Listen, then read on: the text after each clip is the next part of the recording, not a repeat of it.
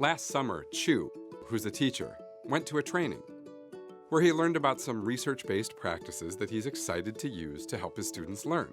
But now he's back to his full daily routine. There's not too much support for implementing the new practices, so it's pretty much impossible to do so in a meaningful way, considering all the other demands on Chu's time. That's no surprise. Research has found only about 5% of educators are able to implement new ideas they learned at a training after they go back to their jobs on their own, even when the training was high quality. So this is where Aaliyah comes in. She's a coach. When a true coach enters the picture, suddenly instead of only 5%, 85 to 95% of teachers are able to successfully implement a new practice. These findings have been replicated in multiple studies. So, what do we mean by coaching in this context? It's intentional, job-embedded professional learning, designed to help teachers and staff use an innovation or practice as intended. It takes place after the training and happens while the participants are engaged in their work.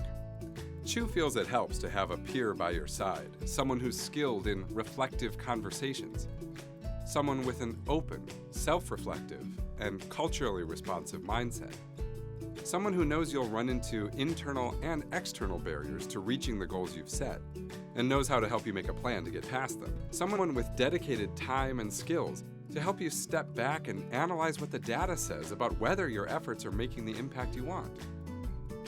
Aaliyah helps Chu come to answers on his own, keeping everything confidential along the way.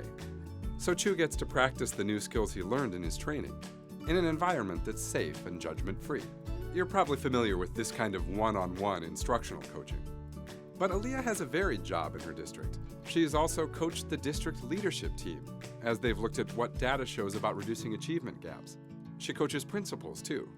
Once she even got pulled in to help a co-teaching pair with difficult conversations so they could work together more productively.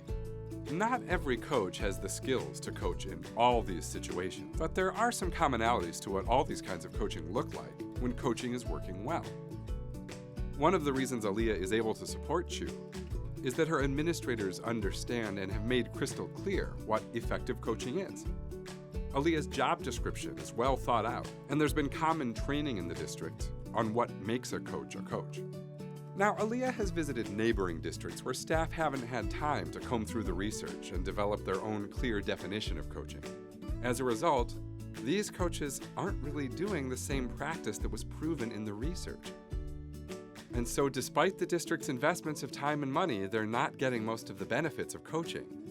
This is why we put in the time to make a definition that any coach or school can use. We tapped Wisconsin practitioners and experts as well as the leading research. Our 8-page document, the Coaching Competency Practice Profile, breaks down effective coaching into several core competencies. We spell out exactly what those competencies look like when their components are being practiced really well, versus when they're just emerging in a coach's practice, versus when they're not there at all. Actual coaches in Wisconsin schools helped us field test and revise this document to make sure it's workable and helpful. Whatever kind of coaching you're doing, if you model the components of these competencies as described, you are practicing coaching with fidelity to what was evaluated in the research, so the educators and students around you can enjoy the benefits.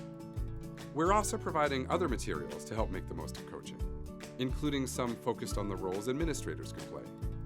Now, not only can Aaliyah make sure she's partnering with Chu to educate his students to best effect, but all of us can be confident that when we do manage to invest in this new practice called coaching, we know how to take the time to do it right. Look for our materials at dpi.wi.gov/coaching.